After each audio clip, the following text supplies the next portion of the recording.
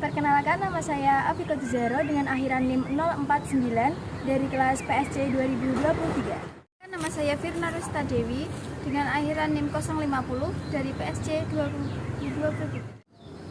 Perkenalkan, nama saya Nada Zulfita Afroto Aini dengan akhiran NIM 057 dari PSC 2023. Perkenalkan, nama saya Farihatun Nisa dengan akhiran NIM 066 dari PSC 2023. Di sini kami akan menjelaskan mengenai proyek kerja kami yang berjudul Penggunaan Bahasa Indonesia yang Baik dan Benar. Sebagai sebuah negara yang berdaulat, tentunya memiliki identitas yang membedakan Indonesia dengan negara yang lain. Semboyan mengatakan bahasa menunjukkan bangsa. Semboyan tersebut terdapat dalam Sumpah Pemuda yang ketiga yang berbunyi, kami, putra dan putri Indonesia, menjunjung tinggi bahasa persatuan, bahasa Indonesia. Semboyan tersebut memiliki makna bahasa Indonesia sebagai jati diri sebuah bangsa.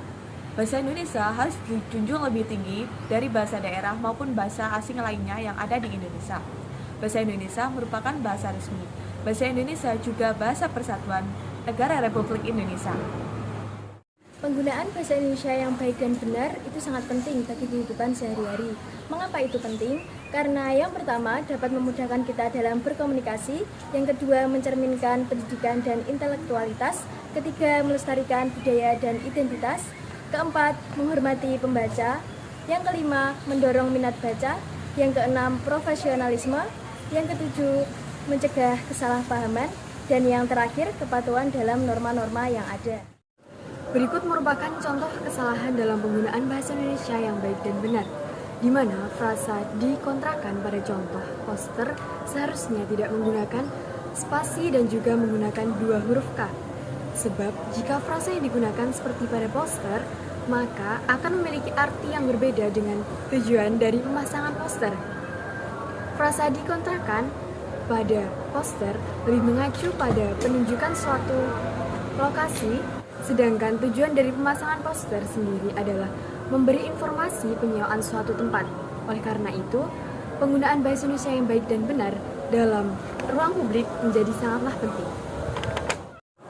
Jadi dapat kita simpulkan bahwa penggunaan bahasa Indonesia yang baik dan benar itu sangatlah penting, di mana dalam konteks kebangsaan, bahasa Indonesia adalah jati diri kita yang harus kita jaga.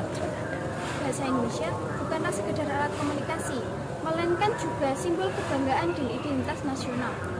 Dengan berbicara dan menulis bahasa Indonesia dengan baik dan benar, kita tidak hanya mencerminkan pendidikan dan intelektualitas kita, tetapi juga menghormati budaya dan warisan bahasa kita.